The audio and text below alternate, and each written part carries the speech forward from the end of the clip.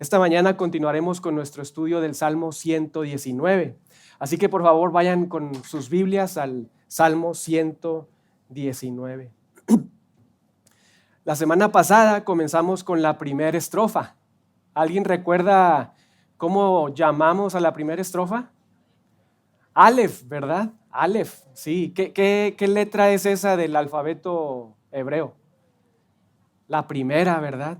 La primera, fácil. Aleph. Esta estanza o estrofa abarcan los versos del 1 al 8 del Salmo 119. Como ustedes recordarán, lo hemos dicho, este salmo pues no tenemos la seguridad, la certeza de quién es el autor humano, pero pues sí sabemos quién es el autor divino, ¿verdad? Nuestro Dios. La misma palabra de Dios dice en 2 de Timoteo 3:16 que toda la escritura es exhalada, es inspirada, es hablada por Dios.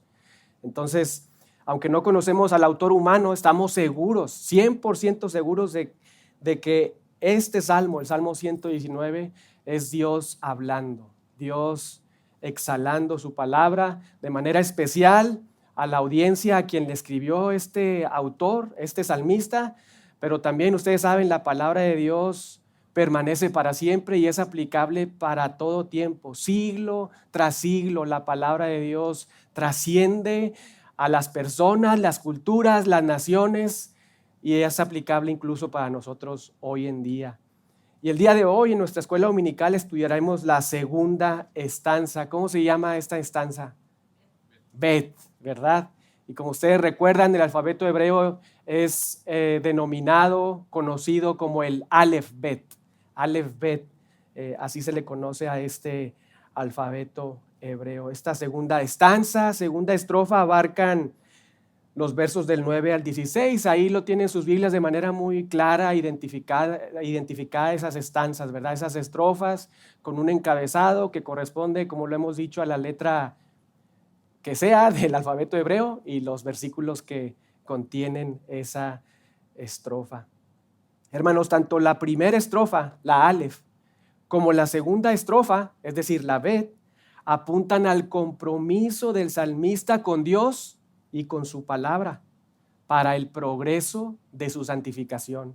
Obviamente el salmista es una persona salva, es una persona que forma parte del pueblo de Israel, que tiene a Yahweh como el Dios de pactos y que tiene a la ley de Yahweh como aquella que dirige sus pasos. Pero este salmista, este autor, también está comprometido con el progreso de su santificación. Él entiende que su vida debe ser dirigida hacia Dios, que Dios está disponible para dirigir sus pasos, así como hoy en día. Nosotros hemos sido, como el salmista, apartados para Dios. Hemos sido, por decirlo de alguna manera, cortados del mundo y separados para Él. Pero Él, día tras día, a través de su palabra, como lo hizo con el salmista, día tras día nos está santificando, nos está purificando, está cada día limpiando nuestras vidas, nos está transformando y conformando cada día más a la imagen de nuestro precioso Salvador, de nuestro amado Señor y Rey Jesucristo. Entonces, tanto en esta estrofa primera como en la segunda, el salmista está comprometido con Dios y su palabra para el progreso de su santificación.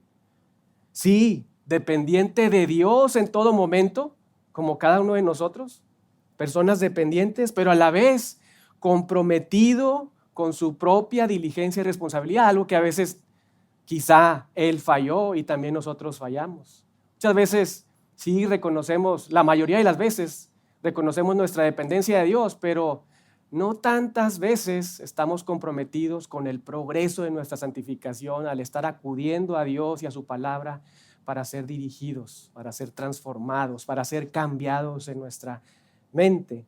En esta sección, de forma singular, nos ofrece el resultado, el autor nos ofrece el resultado positivo que experimenta todo cristiano, todo hijo de Dios, todo aquel que forma del pueblo de Dios desde su juventud, cuando practica la palabra de Dios, que es la pureza y el gozo en su vida diaria. En contraste, con lo que expresa de manera muy triste y negativa más adelante Salomón.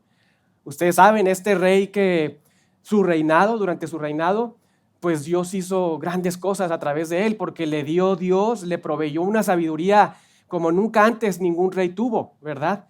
Y el momento en que él estuvo reinando, pues la tierra disfrutó una paz increíble, la vegetación incluso era como el lenguaje que se utiliza ahí en el libro de los Reyes, el lenguaje que se utiliza ahí, respecto a la vegetación, era muy similar al que se utilizó por Moisés allá cuando describe la situación de la vegetación en el Génesis desde la creación. Entonces, este Salomón, ustedes saben, con tanta sabiduría, casi al final de sus días, pues a pesar de tener tanta sabiduría, pues se vuelca a los ídolos, ¿verdad? Tiene un montón de mujeres, acumula riquezas, caballos, y todo esto que afirmaba por un momento en su vida, pues se olvidó y lo hizo pecar muy feo. Pero sabemos que al final, por lo que se escribe ahí precisamente en Eclesiastés, fue una persona que se arrepintió y creyó en el Señor, ¿verdad? Pero acá el autor del Salmo describe en este progreso de santificación que desde la juventud una persona que aplica la palabra de Dios puede disfrutar pureza en su vida y gozo absoluto.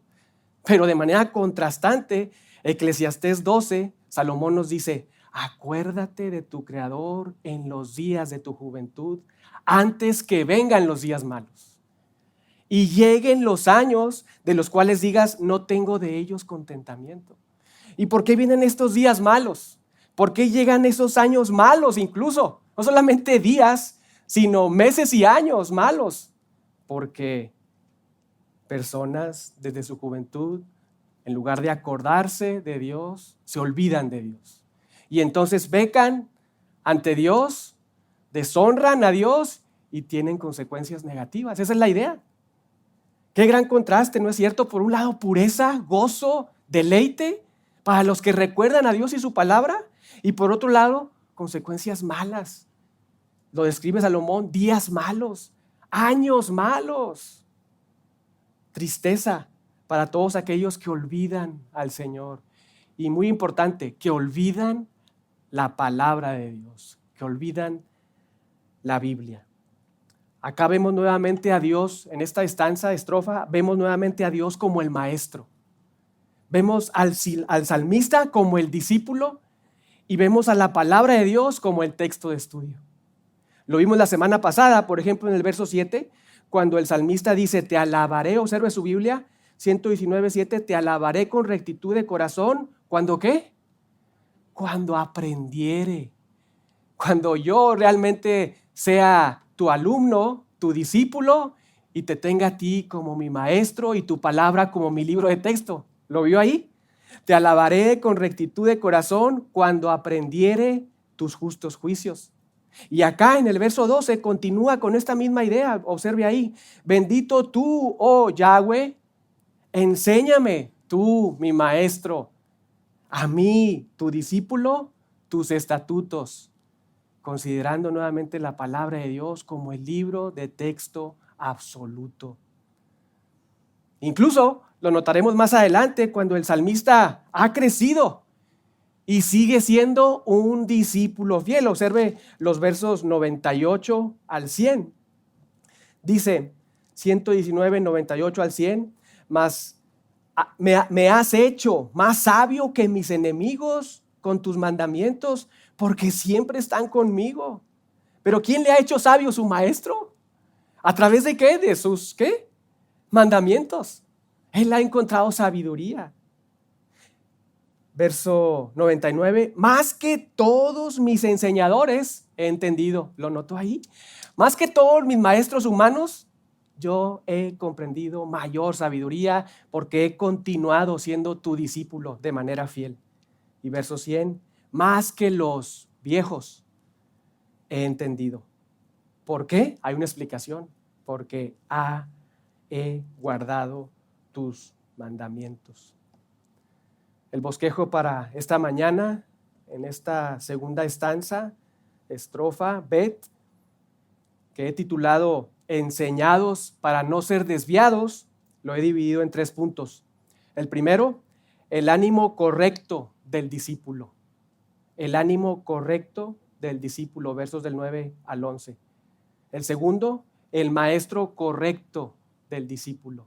El maestro correcto del discípulo, verso 12. Y número 3, el esfuerzo correcto del discípulo. Esfuerzo correcto del discípulo, del 13 al 16. Pero vamos a leer la palabra de Dios y por favor síganme ahí con su vista y después oremos para pedirle a Dios su ayuda mientras estudiamos su palabra. Comenzando ahí en el verso 9, dice: ¿con qué limpiará el joven su camino? Con guardar tu palabra. Con todo mi corazón te he buscado. No me dejes desviarme de tus mandamientos. En mi corazón he guardado tus dichos para no pecar contra ti. Bendito tú, oh Jehová, enséñame tus estatutos. Con mis labios he contado todos los juicios de tu boca. Me he gozado en el camino de tus testimonios más que de toda riqueza. En tus mandamientos meditaré, consideraré tus caminos, me regocijaré en tus estatutos, no me olvidaré de tus palabras. Así como en la estrofa anterior, el autor en el verso 4, en el centro de esa primera estrofa, se dirige a Dios, acá hace lo mismo. En el centro de la estrofa Bet se dirige a Dios para que le enseñe sus estatutos, para dirigirse a Él ahora como su maestro, reconociendo Él su deseo de ser su discípulo y su compromiso de hacerlo a través de la palabra de Dios. Pero oremos para pedirle al Señor su ayuda.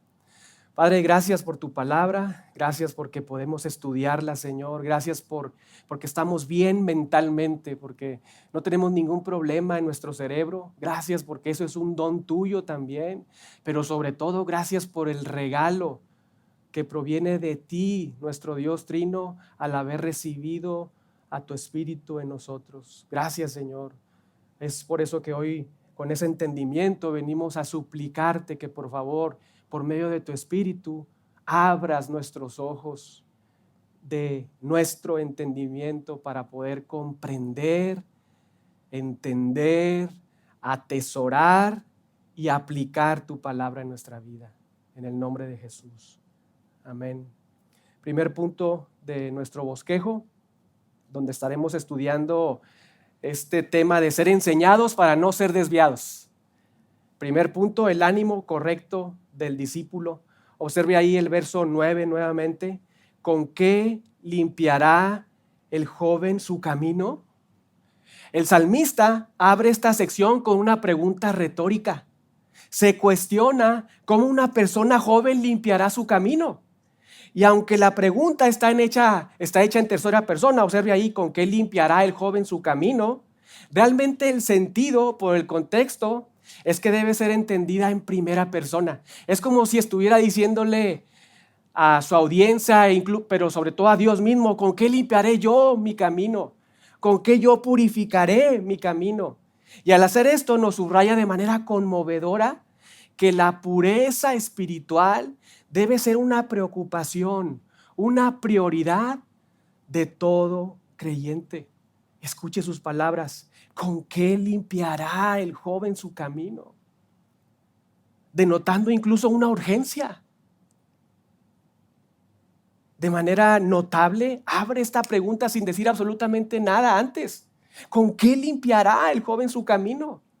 Él tiene la urgencia por encontrar una respuesta adecuada, porque sabe que ha ofendido a Dios. Nuevamente, verso 9, ¿con qué limpiará el joven su camino? ¿Con qué limpiaré mi camino? Y al hacer esto, con esta palabra, limpiará, implica que el salmista está buscando a alguien que lo haga limpio, que lo haga puro. El camino sucio, lleno de impurezas, es una característica en su vida. Un joven que ha caminado, por decirlo de alguna manera, en sus propias avenidas. Ha caminado por sus propios ideales, sus propias verdades. Ha pecado contra Dios? Es la misma pregunta retórica que observamos ahí en Job 25:4. Vaya ahí por un momento. Job 25:4. Dice ahí, ¿cómo pues se justificará el hombre para con Dios? ¿Y cómo será limpio el que nace de mujer? El salmista en el verso 9 reconoce, hermanos, su incapacidad. Reconoce que no es capaz de limpiar su camino con sus propias manos. No puede hacerlo. Se ha dado cuenta que no posee en sí mismo ninguna herramienta idónea, humana, para eliminar las impurezas en su vida. Pero en la siguiente línea ofrece una respuesta corta pero precisa. Observe ahí, con guardar tu palabra. En otras palabras, el joven limpiará sus caminos guardando sus caminos de acuerdo con lo que Dios señala en su palabra. El joven limpiará sus caminos guardando sus caminos de acuerdo o de conformidad con lo que Dios ha establecido en su palabra.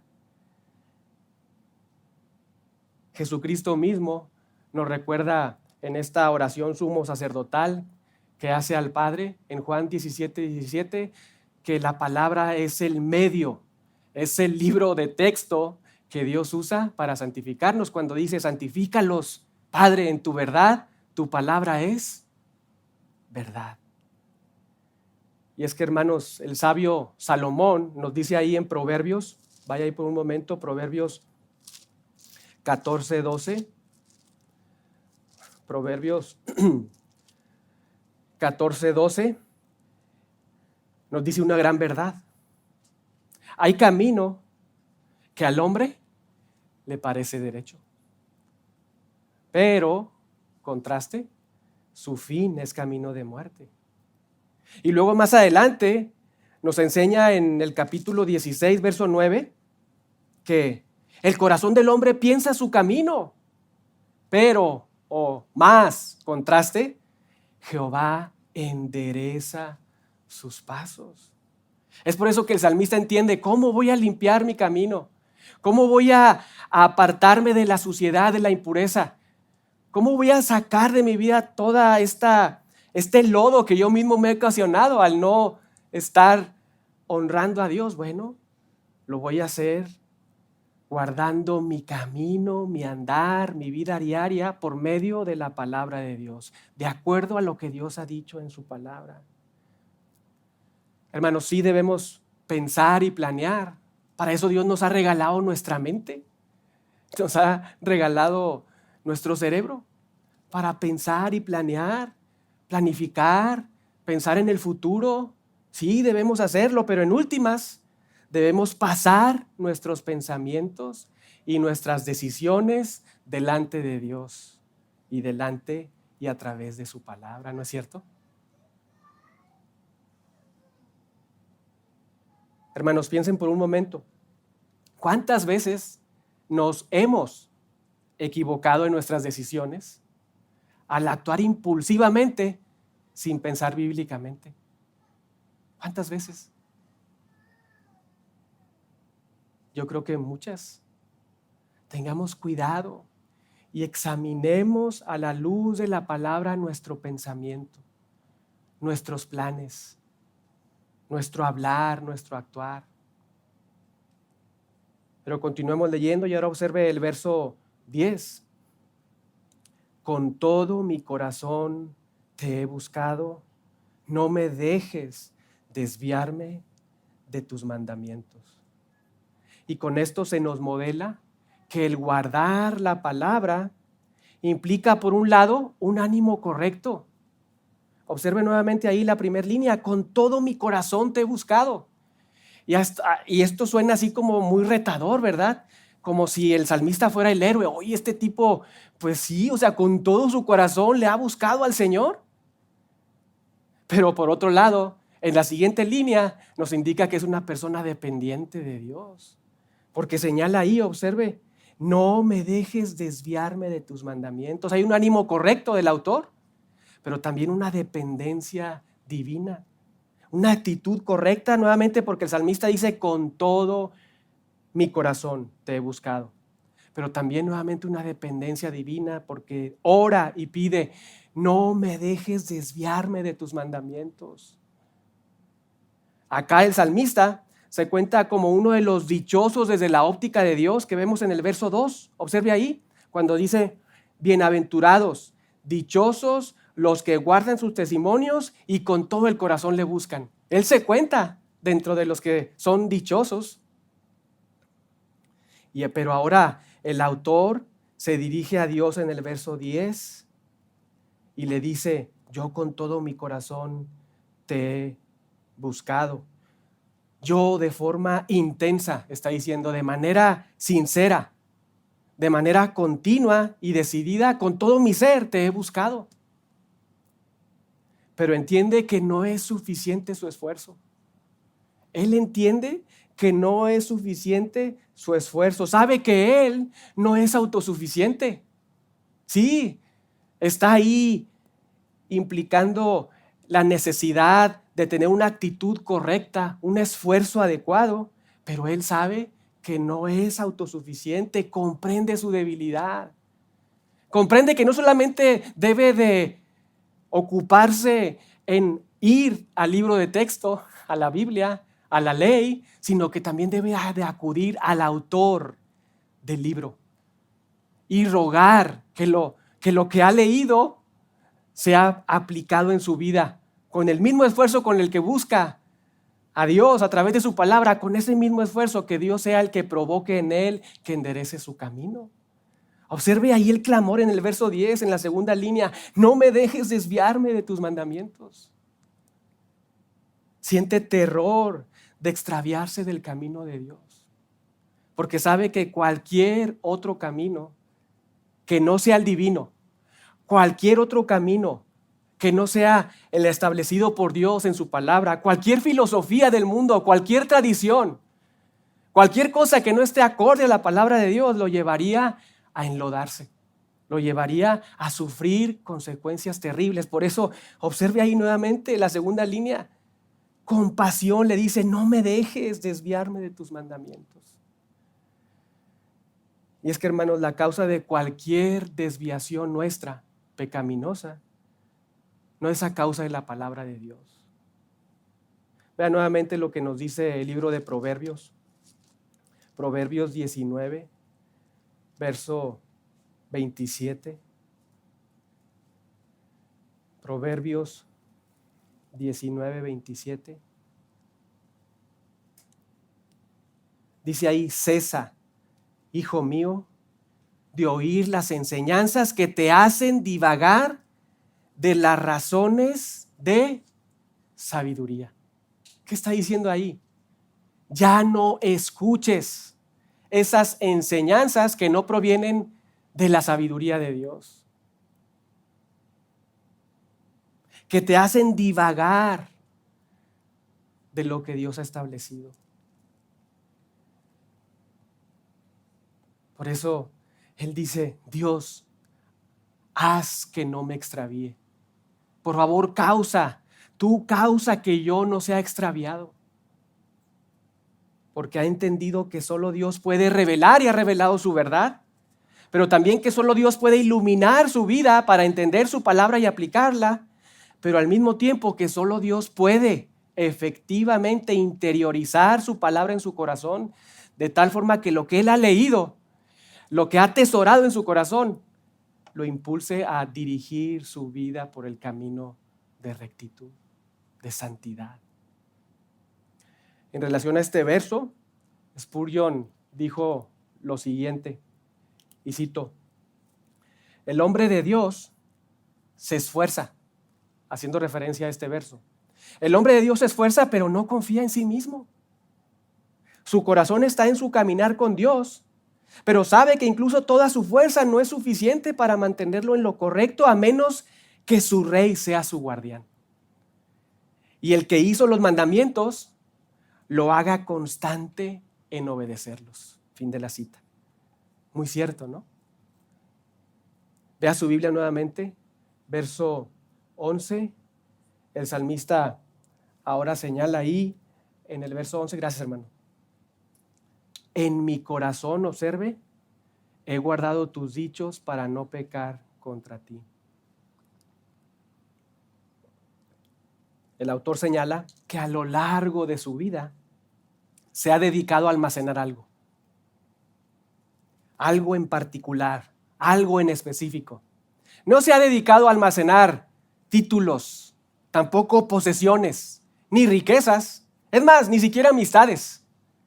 Si algo atesora y ha dedicado a guardar en su vida con mucho esfuerzo, son los dichos de Dios. Observen nuevamente el verso 11. En mi corazón he guardado, con el sentido de almacenar. He almacenado toda mi vida y a lo largo de mi vida tus dichos.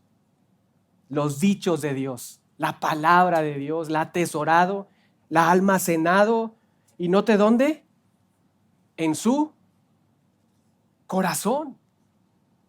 Y cuando en el Antiguo Testamento, incluso en el Nuevo Testamento, se habla del corazón, no implica la sede de las emociones, lo sabemos, lo hemos dicho ya también varias veces, sino apunta a la sede de las fuentes racionales del hombre. Es la fuente del corazón, cuando se apunta al corazón, es la fuente del pensamiento y de la reflexión. Ahí es donde el salmista ha almacenado, ha atesorado, ha juntado la palabra de Dios. En otras palabras, en su mente.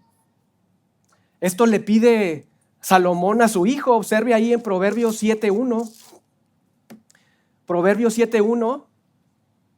Salomón le pide a su hijo: hijo mío, guarda mis razones. Pero obvio no son las razones de Salomón, ¿verdad? Porque sabemos ahí en el Shema que los papás eran animados, es más, eran exhortados, eran ordenados por Dios para hablarle su palabra, la palabra de Dios a sus hijos, ¿verdad? Lo vemos ahí en Deuteronomio 6, al acostarte, al levantarte, a andar en el camino. Y Salomón le dice: hijo mío, guarda mis razones. Estas que no provienen de mí, ¿verdad? Obvio, sino que provienen de la ley de Dios. Hijo mío, guarda mis razones y atesora contigo mis mandamientos. El salmista sabe que no debe guiarse por sus emociones. Y nosotros, hermanos, debemos saber, debemos recordar, debemos de constantemente ser animados, recordados a no guiarnos por nuestras emociones. Es lo más fácil, guiarnos por nuestras emociones, tomar decisiones en función a lo que siento o no siento. Pero a pesar de cualquier sentimiento o emoción, el salmista entiende que el único lugar adecuado para guardar los dichos de Dios, la palabra de Dios, es en su mente, donde él reflexiona, donde él piensa. Es el lugar que determina su camino, porque ahí es donde la palabra de Dios determinará su conducta. Y lo sabemos, si nuestra mente no está llena de la palabra de Dios, será llena de otras cosas, ¿verdad? Si nuestra mente no está llena de la palabra de Dios, será llena de otras ideas, de palabras de cualquier persona, de incluso palabras, aunque sean muy buenas, de tradiciones de la familia, que si no están sustentadas en los dichos de Dios, estarán muy probablemente en contra de lo que Dios ha establecido. Recuerden Génesis 6:5, cuando Moisés nos narra que Dios observa que la maldad de los hombres era mucha en la tierra, y hay una razón, ¿verdad? Porque todo designio de los pensamientos del corazón de los hombres eran de continuo solamente el mal. Nuevamente apuntando a su mente, sus pensamientos, en función a sus ideas y no a la palabra de Dios. Pablo nos exhorta ahí en Efesios 4:17 a ya no andar como los incrédulos que andan en la vanidad, en la simpleza. en en el vacío de su mente, que están ajenos de la vida de Dios y están cometiendo por eso toda clase de impurezas. Vamos a ir rápidamente. Efesios 4:17.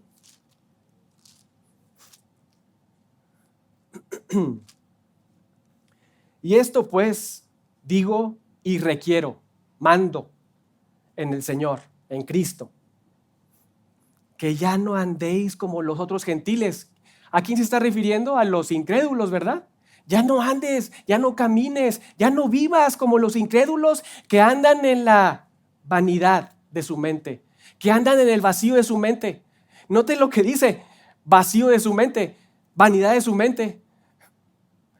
Está Pablo diciendo que, implicando que estos incrédulos, aunque dicen tener mucho conocimiento, dicen tener mucha sabiduría, escuchan a otras personas, la realidad es que hay un vacío en su mente, hay un vacío de sabiduría. Por eso el autor, Pablo en este caso, le dice, te demando en Cristo, que ya no andes como los otros incrédulos, en el vacío de su mente, pensando que tienen sabiduría, incluso guiándose por sus propios corazones en su vida diaria. No lo hagas. Porque andan así en la vanidad de su mente, teniendo el entendimiento entenebrecido y estando ajenos a la vida de Dios, ajenos a la palabra de Dios. Y debido a eso, dice ahí, verso 18, por la ignorancia que en ellos hay y por la dureza de su corazón, perdieron toda sensibilidad, se entregaron a la lascivia para cometer con avidez toda clase de impureza. Somos llamados a no estar como los incrédulos, ¿verdad? Sin el conocimiento de Dios, vacíos en nuestra mente. Pero Colosenses 3:16, por el contrario, somos llamados a que la palabra de Dios habite, la palabra de Cristo habite entre nosotros. Y de esa forma, al habitar en nosotros, que controle nuestras vidas, dirija nuestros pasos. De hecho, vea el propósito del por qué el salmista almacena la palabra de Dios en su mente. Verso 11, segunda línea, para no pecar contra ti, para no pecar contra ti. El apóstol Pablo nuevamente nos equipa con esta idea, pero para la guerra espiritual. Hermanos, la guerra espiritual no se trata de estar ahí reprendiendo a nadie. No se trata de estar luchando con el diablo, el demonio, seres espirituales. No estamos llamados a eso. En la guerra espiritual luchamos contra filosofías controladas por el diablo. Y somos llamados, Romanos 12:2, a no conformarnos a esas ideas, a esos pensamientos. Que no nos conformemos a este siglo. Es decir, que no adoptemos nuestra forma de pensar y nuestra forma de vivir conforme a lo que dicta el mundo, conforme a lo que dicta la sociedad, conforme a lo que está en boga o lo que está en moda. No. Pablo dice ahí, continúa en Romanos 12:2, sino que seamos transformados, cambiados por medio de la renovación de nuestro entendimiento. Es algo constante, hermanos, constante en nuestra vida diaria, en no estar conformándonos, no estar adoptándonos a este siglo, sino por el contrario, estar siendo transformados mediante la renovación constante, diaria, continua de nuevamente apuntando a la mente, nuestro entendimiento, nuestra mente.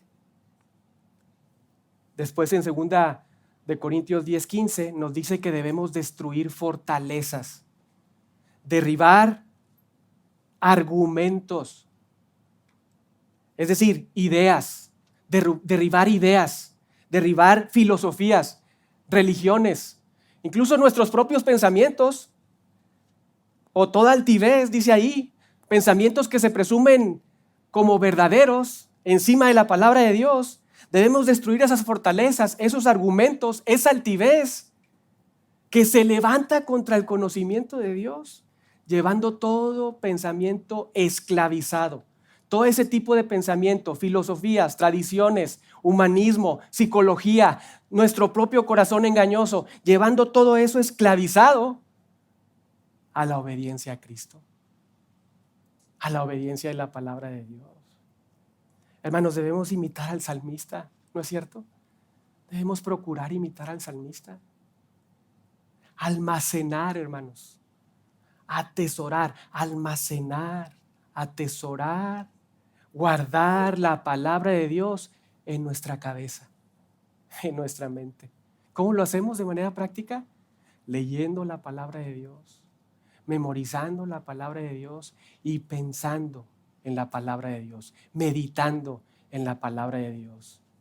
Sí, es bueno leer, sí, también es bueno memorizar, pero que no se nos olvide la necesidad de tomar un tiempo para estar pensando en cómo aplico yo esto para mi vida hoy. ¿Cómo se aplica? ¿Cómo vivo yo hoy esto? Debemos imitar al salmista para así en nuestra vida diaria no pecar contra nuestro amado Padre. Hace unos momentos platicaba con nuestros hijos y les recordaba que cuando venimos a este lugar, venimos a adorar a nuestro Dios. El centro de esta reunión no soy yo, no es usted, no son ellos, es Dios. Nuestra cabeza debe estar dirigida a Dios. Nuestro canto debe ser dirigido a Él. Nuestra concentración al momento de leer su palabra debe también ser un acto de adoración a Él. Piense por un momento cuántas veces nos distraemos cuando cantamos. ¿Cuántas veces nos distraemos y nos estamos durmiendo cuando está el tiempo de la predicación, la enseñanza? Y no es porque esté aquí yo, Eduardo, cualquiera, en cualquier lugar donde ha estado. ¿Cuántas veces hemos estado ahí cabeceando? Es como, les puse un ejemplo muy claro cuando yo les hablo a su papá que los amo, ¿verdad? Imagínate cómo me sentiría yo si te estoy hablando, estoy platicando contigo y de repente ahí el tipo está cabeceando, ¿verdad? Está durmiendo. Sería una ofensa, ¿verdad? ¿Cómo nos sentiríamos como papás? Ofendidos. Es un peligro el no prestar atención a la palabra de Dios, porque podemos encontrarnos en estar ofendiendo al ser alto y sublime. Con esto en mente, ve ahora el salmista se dirige personalmente a Dios. Verso 12, bendito tú, oh Yahweh, enséñame tus estatutos. Y así entramos en el segundo bosquejo, segundo punto del bosquejo, el maestro correcto del discípulo. Maestro correcto del discípulo. De manera notable, ahora nuevamente, como le decía al principio, se dirige a Jehová, a Dios, a Yahweh en el centro de su estrofa el salmista, así como sucedió en la primera estanza cuando se dirige a él en el verso 4. Allá tú encargaste y acá en el verso 12, bendito tú, oh Yahweh, enséñame tus estatutos. El salmista está, por decirlo de alguna manera, celebrando a Dios, ¿verdad? No debemos entender como que el menor bendice al mayor, ¿verdad? No es así. ¿Cómo va a bendecir el salmista a Yahweh si el que bendice es el mayor, ¿verdad? Dios es el que bendice. No, pero lo que está haciendo aquí es está alabando, está adorando, está exaltando a Dios al decirle bendito tú, oh Yahweh. Lo cual es una muestra bellísima de que Dios es un Dios no solamente que puede ser entendido por el salmista como el creador, sino como aquel que tiene una relación de pacto con él. Cuando se dirige a él no como con el nombre de Adonai, ¿verdad? No se dirige a él con el nombre de Elohim, sino con el nombre del Dios de pactos, con el nombre de Yahweh. Y eso es intencional,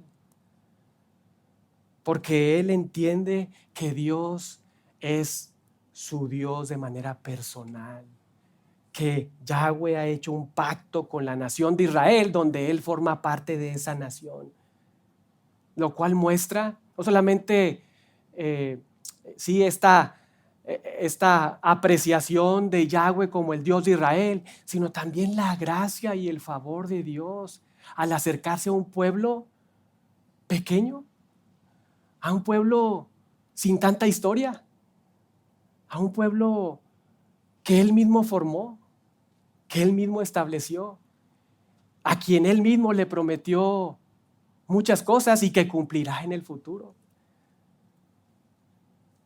El salmista entiende que su Dios es el Dios de pactos, que ha hecho una promesa con ellos, que ha hecho un pacto con ellos. Pero no solamente eso, sino también que ese mismo Dios que les ha regalado ser su Dios, también les ha regalado su santa, recta y buena ley, que en términos del Salmo 19 convierte el alma, hace sabio el sencillo, alegra el corazón y alumbra los ojos. Vean nuevamente ahí, bendito tú, oh Yahweh, enséñame tus estatutos. El salmista reconoce y pide apasionadamente algo a Jehová. Observe ahí, enséñame tus estatutos. No solo quiere leerlos o conocerlos por encima, ¿verdad? Sino que desea ser, observe ahí, enseñado. Él desea ser enseñado. Tiene un anhelo muy fuerte de ser enseñado por el maestro correcto, por el maestro adecuado. Desea que Dios sea su maestro y que Él tenga el gran privilegio de ser considerado como su alumno. Por eso le pide ahí, enséñame tus estatutos. ¿Y sabe qué? No lo dice nada más una vez. Verso 26, enséñame tus estatutos.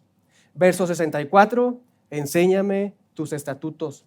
Verso 66, enséñame buen sentido y sabiduría. Verso 68, enséñame tus estatutos. Verso 108, que me enseñes tus juicios. Verso 124, enséñame tus estatutos. Verso 135, enséñame tus estatutos. Verso 171, mis labios rebosarán alabanza cuando me enseñes tus estatutos. Es un deseo constante, ardiente del salmista, de encontrarse con el privilegio de ser el discípulo de el más grande maestro. Quizá muchos de nosotros en nuestra etapa de entrar a la universidad queríamos ser enseñados en universidades muy importantes, ¿verdad? Los que son padres, incluso ahora que van a entrar a la universidad, sus hijos están buscando también, o escuelas, ¿verdad? Uy, yo quiero que se ha enseñado en esta escuela, con estos maestros.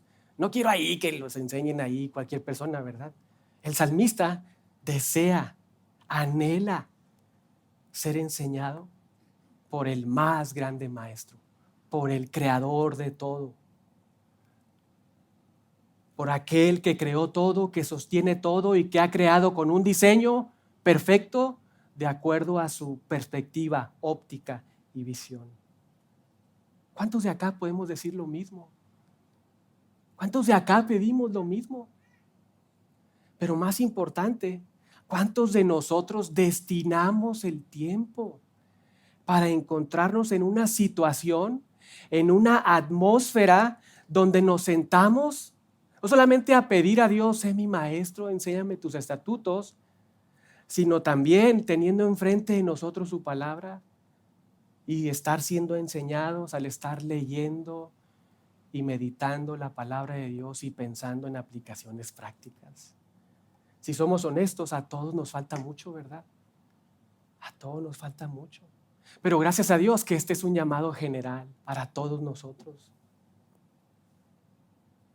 Por decirlo de alguna forma, para que todos no pensemos que la mejor universidad la podemos encontrar en nuestros propios ideales, en los consejos humanos de nuestras familias, de los vecinos, o incluso de las mejores escuelas, Oxford, Harvard, la que sea, sino que acudamos a la universidad de Cristo, a la universidad de nuestro precioso Rey, Señor y Salvador, para recibir, hermanos, la sabiduría más alta, el conocimiento más amplio, más agudo, preciso, correcto y verdadero para ser guiados en nuestra vida, independientemente de la edad que tengamos, del sexo que tengamos, de la estatura, de nuestra complexión.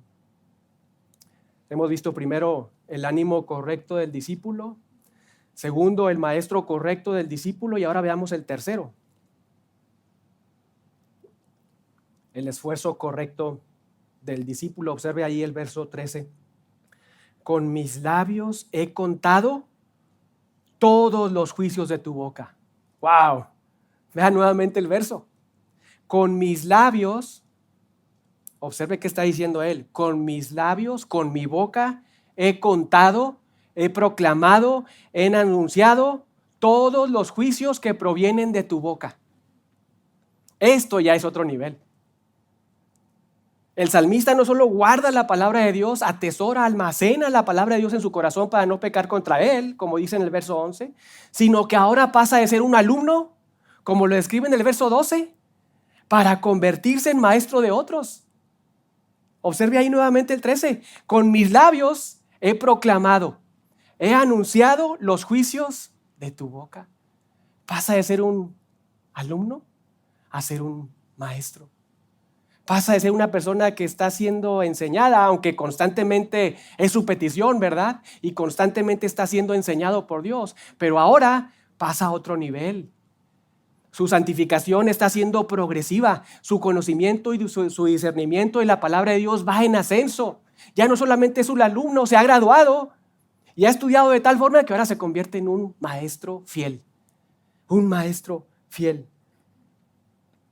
Y como todo fiel predicador, proclama solo lo que Dios dijo, sin añadir nada ni quitar nada, sin distorsionar el mensaje ni acomodar el mensaje, como muchos hacen para que la gente no se les vaya, ¿verdad? O para que no se ofendan. No, el salmista, en otras palabras, se convierte en un portavoz fiel de todo, observe ahí, lo que ha salido de la boca de Dios.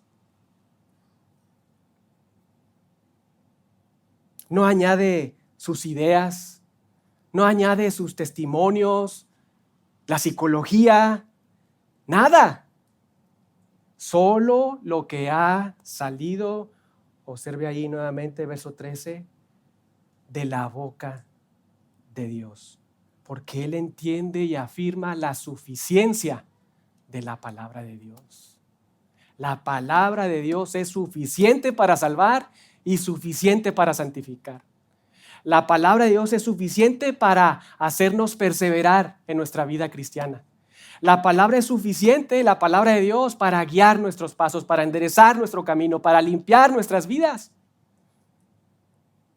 Esto nos recuerda a la exhortación que Pablo le hace ahí en 2 de Timoteo 2:15 al propio Timoteo, cuando le dice: procura con diligencia, procura con una persistencia ferviente presentarte a Dios como obrero que no tiene de qué avergonzarse delante de Dios, sino que usa bien, que traza derecho, que traza con precisión, aludiendo a esta tarea, oficio que tenía Pablo de cortar tiendas, de armar tiendas. Traza con precisión, traza derecho, corta derecho la palabra de verdad. Es lo que hace el salmista, es lo que vemos desde el Antiguo Testamento.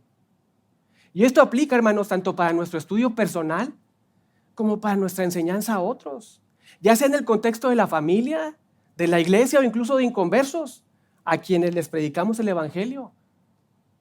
No somos llamados a predicar nuestro testimonio, sino a predicar y proclamar el evangelio, la palabra de Dios, los dichos de Dios, porque los dichos de Dios nuevamente son suficientes para salvar a quien Dios ha determinado desde la eternidad pasada salvar, y son suficientes los dichos de Dios para santificar a sus hijos. Somos llamados a hablar solo lo que Dios ha hablado y dejar en Él los resultados. Amén. Pedro, utilizando este mismo vocablo en el griego, cuando dice: con mis labios he contado, En Primera de Pedro 2:9, Pedro nos dice que nosotros somos linaje escogido, real sacerdocio, nación santa y pueblo adquirido por Dios, para que anunciemos, para que proclamemos. Misma palabra, incluso en la Septuaginta utiliza la misma palabra que Pedro menciona aquí en el griego. Septuaginta es la traducción en el griego del Antiguo Testamento. Pedro utiliza esta palabra aquí cuando dice que nosotros somos llamados a anunciar, a proclamar las virtudes, es decir, las perfecciones, los atributos, la esencia de nuestro Dios, de aquel que nos llamó de las tinieblas a su luz admirable. Pero ahora vea el verso 14 de nuestro Salmo 119. Me he gozado en el camino de tus testimonios más que toda riqueza. Una mejor traducción sería: me he gozado en el camino de tus testimonios, tanto como uno lo hace o tanto como uno se goza sobre toda riqueza.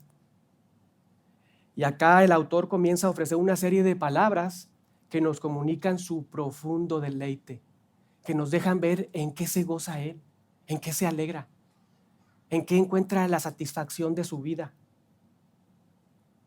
Nos dice este verso: note ahí, regocijado, me he gozado. Pero note que el objeto de su alegría no es la palabra de Dios, ¿verdad? Sino el camino de tus testimonios. No es propiamente la palabra de Dios, sino el camino que marca la palabra de Dios. Y eso es muy importante. ¿Qué significa eso? Que él se gozaba no solo en la letra, él se gozaba no solo en lo que Dios ha revelado, él no solo se gozaba con la teología, ¿verdad? Como muchos de nosotros nos gozamos cuando empezamos a conocer ahí las doctrinas de la gracia. ¡Uy! ¡Qué gozo!, ¿verdad? ¡Qué alegría! Pero él no se goza en lo que ha aprendido, sino en la aplicación de la palabra de Dios. Observe ahí nuevamente el 14. Me he gozado, me he regocijado, me he alegrado en el camino de tus testimonios, en el camino que me marca tu palabra, con la implicación de estar aplicando la palabra de Dios en su vida. Muy importante.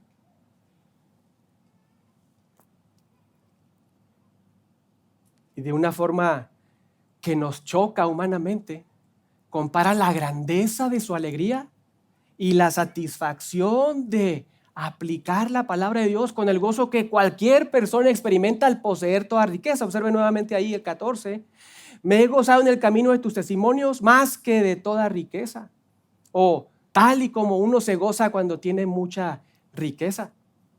Piensa por un momento, ¿cómo te sentirías económicamente? Y lo subrayo, ¿cómo te sentirías económicamente si tuvieras toda la riqueza del mundo? ¿Cómo te sentirías? Uy, no, pues bien confiados, ¿verdad? Contentos, alegres. Subrayando nada más lo económico. Si tuvieras toda la riqueza del mundo, uy, no, pues que se venga cualquier devaluación. A mí no me va a tocar. No me falta nada. Tengo todo, puedo gastarlo todo, como quiera y donde quiera puedo dar, puedo hacer muchas cosas. Confianza, alegría. El salmista dice que siente lo mismo que cualquier persona que posee toda riqueza. Obvio, sabiendo que nadie posee toda riqueza, ¿verdad?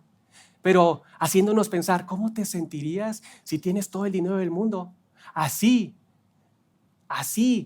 me gozo, así me alegro, así es mi satisfacción, mi completitud, por decirlo de alguna forma, mi plenitud, cuando veo el resultado de tu palabra, aplicándola a mi vida y recibiendo la pureza en mi corazón, en mi mente, y siendo dirigido por ti, de tu mano, para honrarte y adorarte.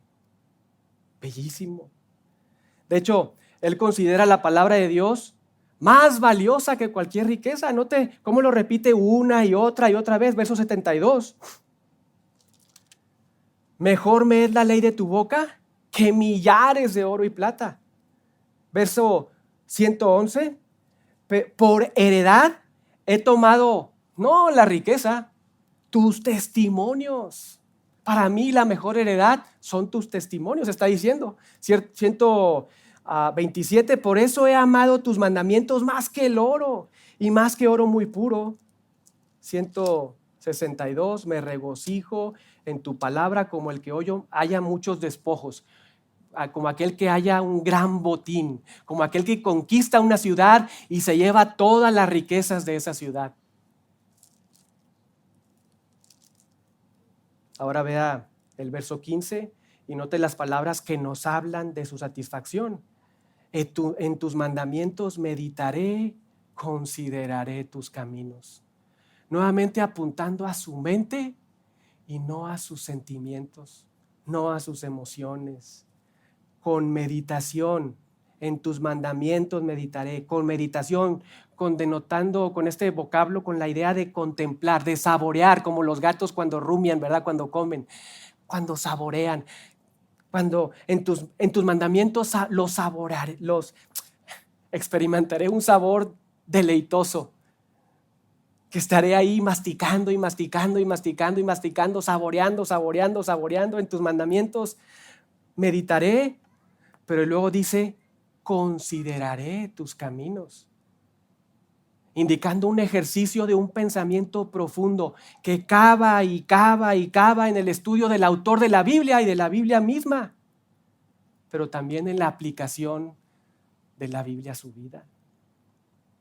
Recordando nuestra epístola a los Hebreos, nuevamente este vocablo en la Septuaginta es utilizado en el griego por el autor de Hebreos allá en Hebreos 3:1 cuando le dice a su audiencia que están pensando pecaminosamente en abandonar a Jesús porque los están persiguiendo y les dicen considerad al apóstol y sumo sacerdote de nuestra profesión. Con el mismo sentido, el salmista dice que él considera, piensa, está pensando constantemente de forma aguda en los caminos de Dios, en la palabra de Dios. Y es que, hermanos, Jesús mismo lo dijo en Lucas 6:45. El hombre bueno, del buen tesoro de su corazón, saca lo bueno. Y el hombre malo, del mal tesoro de su corazón, saca lo malo. Porque de la abundancia del corazón habla la boca. Y el salmista lo entiende, por eso atesora, junta, se ha dedicado a juntar a lo largo de su vida la palabra de Dios. Porque él se deleita no solamente en leer la palabra de Dios, sino en ser dirigido por la palabra de Dios. Y termina esta sección diciendo en el verso 16, me regocijaré en tus estatutos, no me olvidaré de tus palabras. Aunque ahí se ve en tiempo futuro, ¿verdad? Me regocijaré, me olvidaré. La realidad y el sentido en el hebreo es que está haciendo un énfasis, se está comprometiendo. No solamente lo ve como algo futuro, como algo que sí, pues pienso hacerlo. No, él se está comprometiendo. Me regocijaré en tus estatutos, no me olvidaré de tus palabras. Es un compromiso decidido del salmista. Impresionante. Pero recuerden, hermanos, aunque suena como una persona que todo lo puede, él ha reconocido su debilidad y ha pedido ayuda divina. Observe nuevamente el 10, la segunda línea. Aunque dice en la primera línea, con todo mi corazón te he buscado, en la segunda línea entiende su debilidad, su fragilidad. No puede solo. Porque dice, tú, Dios, no me dejes a mí desviarme de tus mandamientos. Verso 12 le pide, enséñame tus estatutos. Quiero ser tu alumno. Quiero que tú seas mi gran maestro. El salmista hace un compromiso continuo de encontrar satisfacción en los estatutos de Dios. Observe ahí, me regocijaré en tus estatutos, pero lo hace prometiendo como haciendo una promesa de no, observe la última frase, no olvidar sus palabras.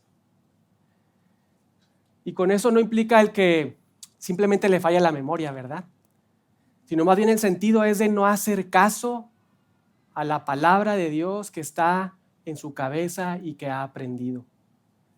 Un olvido pecaminoso, un olvido